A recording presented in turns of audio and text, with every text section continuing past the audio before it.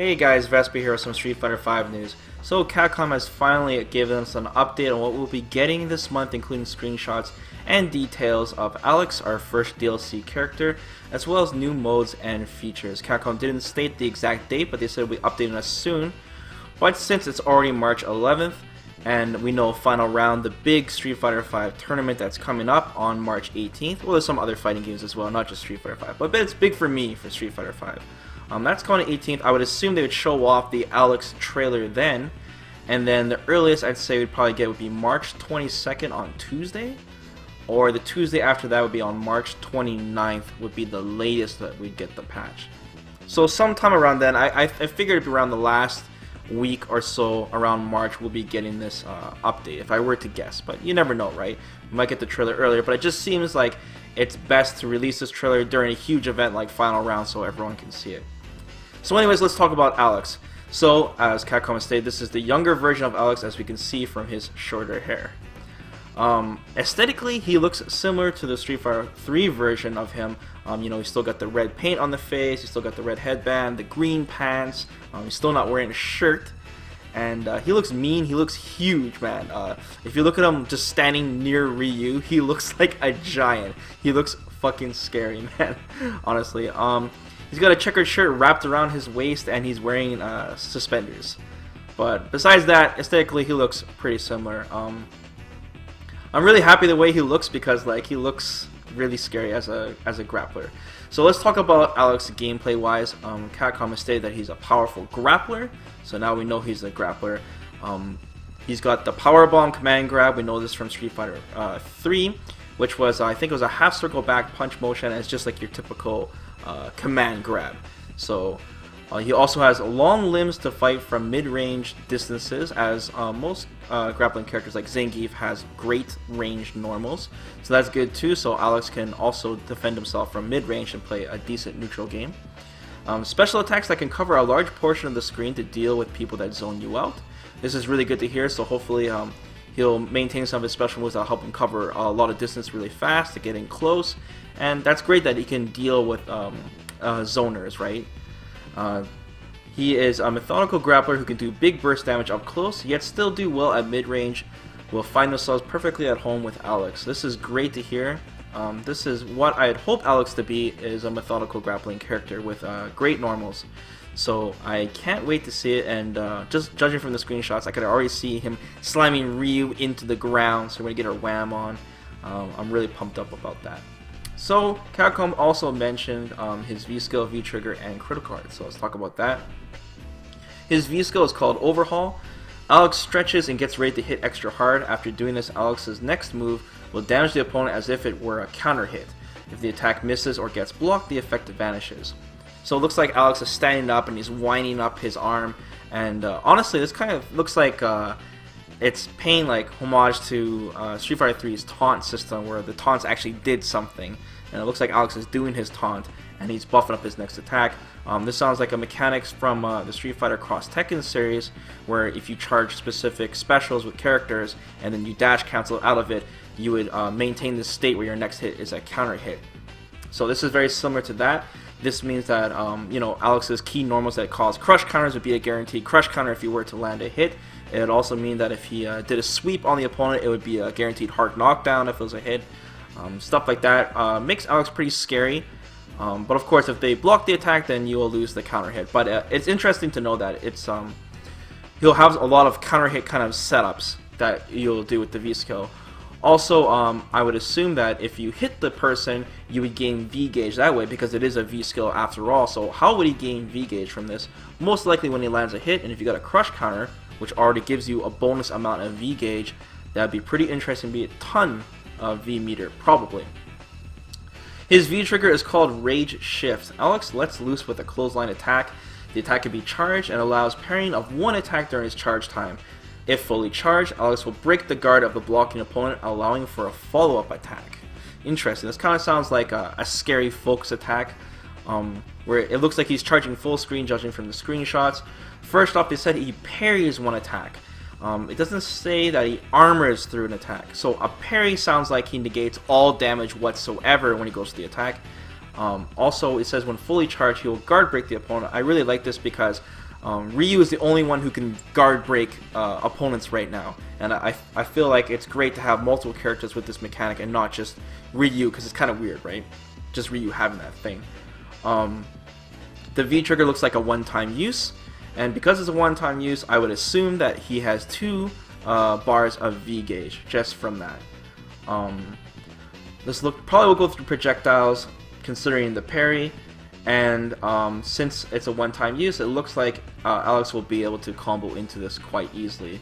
And the guard break sounds scary because that means you can combo into super afterwards. So this sounds like a lot of burst damage, sudden burst damage from Alex will give him good comeback factor, especially since Capcom said that he has long-range normal attacks from mid-screen, so it could be kind of like Vega, where you can convert just a stray normal into a ton of damage. Also, keep in mind with the guard crush system with Ryu, there is scaling. When you guard crush somebody and you continue the combo after their guard crush, there is a ton of scaling. I think with Ryu it's like 40% scaling right off the hop. I'm not sure exactly, I don't remember, but it won't be too much damage, I'm saying. But then there's the super with the critical arts in the game have a 50% damage ceiling, so pretty cool. Critical art, heavy hammer. Alex hits the opponent with a powerful chop that knocks them around. He then grabs them and holds them high in a crucifix hold, and then drops them down to the ground with intense speed. Wham! I can't wait to see this in motion. It's going to be really funny. He says it hits them with a very powerful chop, which is implying that it is not a grab super. And since it's not a grab super, it means that you can probably combo into it. Looks like his flash chop. So, like I said, that's really interesting. Once again, converting his mid-range normals into super is always nice. So, so far, the only thing we see that's like an actual grab is the power bomb that Capcom mentioned. So, I'm curious to see what his other special attacks are like if he's copying all of his special moves from Street Fighter 3. And from what I believe, he has some charge motions as well, but I doubt they'll maintain all the charge motions in Street Fighter 5, since Capcom is trying to stray away a little bit of that on charge motion characters. Also, keep in mind, guys, that Capcom Unity doesn't always give all the information in regards to the V skills and V triggers. Like before with Zangief, they weren't very specific about his V trigger after activation. It allows infinite amount of armor and other things. Like Zangief's V trigger was kind of complex in terms of what it does exactly, and I'm sure they're not giving all the information on these abilities from Alex. So when we finally get the game, we get to see all the other things that he does. It'd be really, really sweet. But yeah, that's Alex. So far, I'm pretty happy. I personally don't care about characters like aesthetically. To me, he just looks fine. Some people are making fun of his McDonald's hair, but whatever. It's a younger Alex. He looks more or less the same, and he's huge and scary, and he's got a wham move. That's all I can ask for. So I'm happy about that. Also, within the patch, they are finally going to give us some new game modes and features. First off, we got Challenge Mode is finally being unlocked with demonstrations. Learn the ins and outs of Street Fighter V through helpful demonstration and tutorial content. Contains content for each of the 16 characters, as well as advice geared towards playing of all skill levels. Interesting. So, like I said, Capcom really needs to step up their tutorial game, so it looks like this is pretty robust from what I'm reading. Beginner tutorials, 12 lessons covering movement, normal attacks, special attacks, V-system, throws, counter hits, chips, recoverable damage. Sounds like my tutorial. Intermediate tutorials, 11 lessons covering projectiles, invincibility frames, armor and armor break, recovery, cross attacks, anti-options. It sounds pretty robust so far. And advanced tutorials, 4 lessons covering backdash, frame advantage, disadvantage, combo potential, button priority, etc. That's really cool. Yeah, hopefully it's actually showing you a visual example and not just text going across the screen.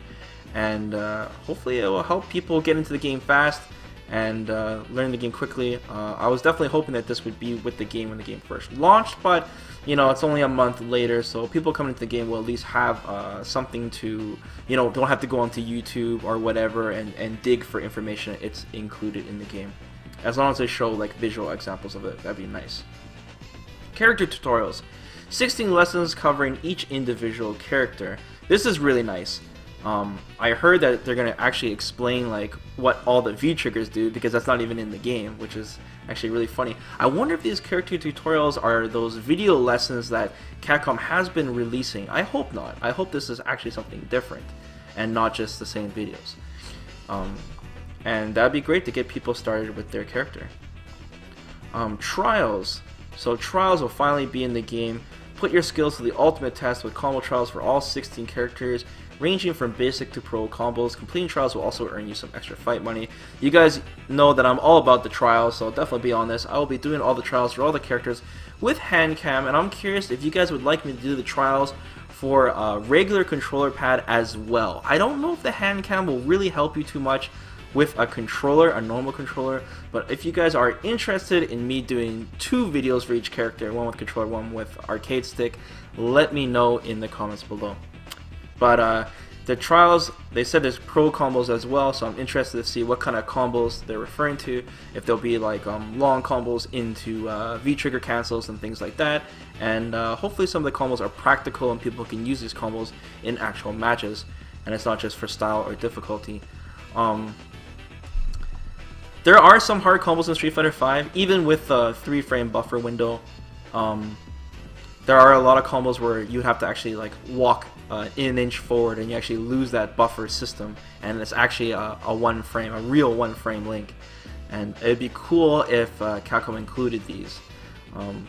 Notice that the trial says 16 characters, not 17. So we're going to assume that they're not going to have trials for Alex. In-game shop, fight money, expenditure. Spend your hard-earned fight money to purchase extra game content such as DLC characters and the story mode costumes. So the story mode costumes you guys unlock for completing the quick story mode with each character. You won't just get the costumes automatically, you have to purchase them with fight money. So put that into account after you purchase Alex, which will be 100k fight money, which you guys all should have by now if you completed all these modes easily. I don't know how much. I think the story mode costumes are 40k. I'm guessing they're 40k fight money. I don't remember. I mentioned it before, and they did not mention about the battle costumes that you get for pre-ordering from Best Buy, Amazon, etc. Hopefully, those will become available, even if it's for real money, which is Zenny for Street Fighter V. I would like to purchase those as well instead of just going on eBay or begging on Twitter or whatever. So hopefully, those do become available. Online rematch option. Interesting. Salty from a close loss online want revenge. Players can now play 2 out of 3 set in ranked match, provided that both players accept the rematch. I'm kind of iffy on this because it's like, salty from a close online match, want revenge? Well, you won't get it because your opponent's not going to hit accept. Let's be realistic here, okay? Both players have to agree to rematch in ranked, okay? So let's say one guy loses really, really badly. Obviously, he's gonna want a rematch. Or obviously, he's not gonna want a rematch. I mean, because why would he risk losing points again if the guy just got destroyed him, right? And the guy who won that will obviously want a rematch to kill him again. If the match was super close, the guy who lost might ask for a rematch, but then the guy who won was like, well, that was a really close game. I don't want to risk losing to this guy, so he won't hit rematch. So we got 2 ends of the spectrum there. And then we have situations, which happen quite often actually, is when someone has a lot higher LP than the other. So if somebody has like, let's say 1,000 LP higher than the other, why would he risk a rematch again if you can lose so many points for losing? It's not worth it, right? It's not worth the risk. And then on top of that, we have matches that are really, really laggy, and obviously we don't want to rematch that.